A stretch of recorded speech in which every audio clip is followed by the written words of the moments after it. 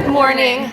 Let's make some bagels. Those are the most beautiful bagels I've ever seen. But to get to this point, let me show you what I had to do. So she didn't exactly show us how to make the bread dough, but I did some digging and found it on her website. And so I started by weighing everything, starting with some bread flour. Then I have to weigh the water. But the scariest part of all was that I needed this sourdough starter. I have never used sourdough in my life, and so I'm pretty intimidated by this. But I added everything else that went into this recipe, including some fresh diced strawberries, and she even said to give it that beautiful pink color, you gotta add some freeze-dried strawberries. And once that stuff was done, all I had to do was put a dough hook and let it mix for 8 minutes. Seems easy enough, right? This machine is on its last limb, but my dough is done. And all I had to do was transfer it to another bowl. She topped hers with a lot more freeze-dried strawberries, so I did the same. And what I noticed was that my dough was nowhere near as vibrant as hers. And now I'm thinking, did I do something wrong? But now we need to let it rise for 6 hours, which is exactly where we are now.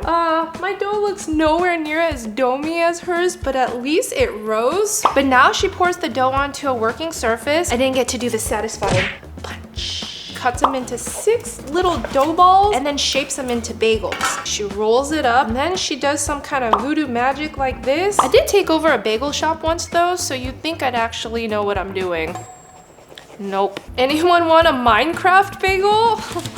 Now I have to let it cold proof overnight in the fridge. This is a labor of love and I can't back out now. It's the next day. I've proofed the bagels in the fridge overnight, and then I had to proof them again at room temperature for 2 to 3 hours. They better be ready. But now we have to boil them. I think it's because it gives it a nice chew and then it makes the crust all shiny, but we'll see. And then I'll scoop them out, kind of drain it right onto my baking sheet and into the oven at 425 degrees. I don't know about you, but these are just about the ugliest bagels I've ever seen. Let's hope they bake off well. So while the bagels are baking, she actually makes her cream cheese from scratch, but we're gonna save that recipe for a different day, and I'm just gonna use my good old cream cheese block. Into the blender it goes. But she doesn't stop there. She adds in a whole slice of honeycomb. Whoa. I can honestly say I have never had the wax from a honeycomb before. I wonder what it tastes like. Waxy, like that wax candy. I thought you're supposed to spit out the wax though, so I'm not really sure why we're blending this all together. And I can't believe it, but we have bagels. Oh my gosh, they actually look